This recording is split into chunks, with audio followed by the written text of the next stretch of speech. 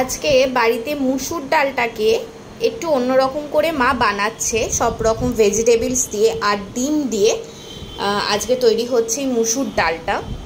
তাই ভাবলাম যে ভিডিও করে দেখাই আর কি কি করছে তোমাদের দেখিয়ে দিই।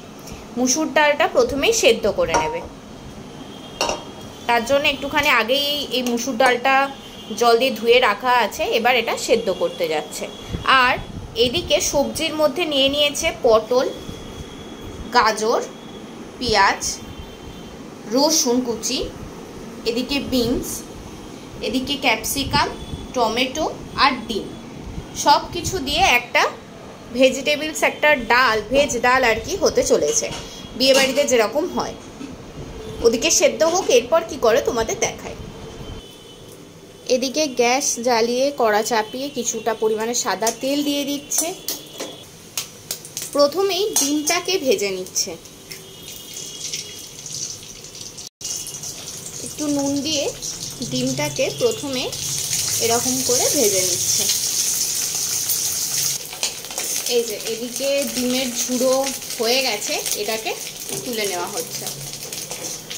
এবার যাচ্ছে জিরে ফোড়ন। এবার একে একে ওই ভেজিটেবলসগুলো চলে যাচ্ছে। প্রথমেই গেল পটল, এবার এটা একটু ফ্রাই হোক। এবার একটুখানি হলুদ গুঁড়ো দিয়ে দিচ্ছে আর নুন। পটলটা একটু ভাজা ভাজা হয়ে গেছে, এবার আর একটু তেল দিয়ে দিচ্ছে। আর এবার বাকি জিনিসগুলো দিয়ে দেবে, যেরকম প্রথমেই পেঁয়াজ কুচো, আর ছোট ছোট করে পেঁয়াজ কুচো করা। এবার যাচ্ছে রসুন কুচো, এরপরে এই যা সবজি ছিল সেগুলো দিয়ে দিচ্ছে একে একে। গাজর, বিনস,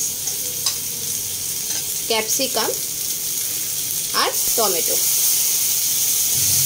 এবার একসাথে সব কটা সবজি খুব ভালো করে ভেজে নিতে হবে। এই যে এটা এদিকে সেদ্ধ হচ্ছে একটু, আর ওদিকে ডালটাও হয়ে গেছে।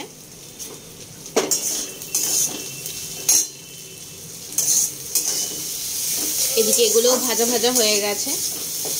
এবার এর মধ্যে চলে যাচ্ছে এই ডালটা, এবার একটু ভালো করে হোক।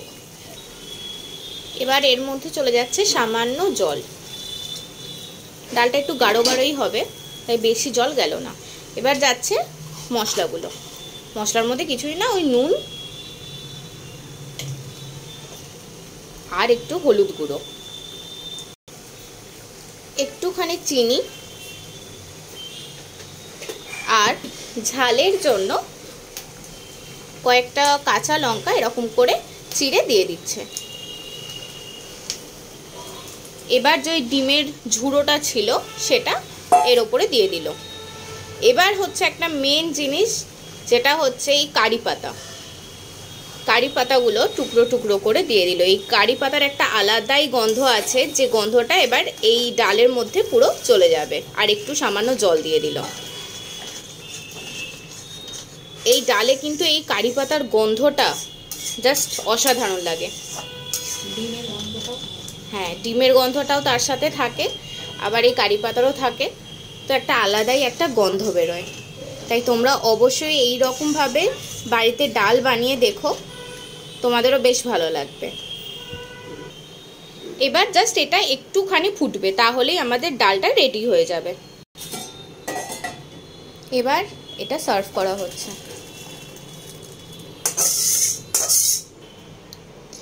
এই যে কারি পাতা দিয়ে, ডিমের ঝুড়ো দিয়ে, সব রকম ভেজিটেবলস দিয়ে মুসুর ডাল একদম রেডি হয়ে গেছে।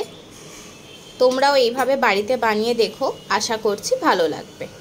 চলো, টাটা, বাই বাই।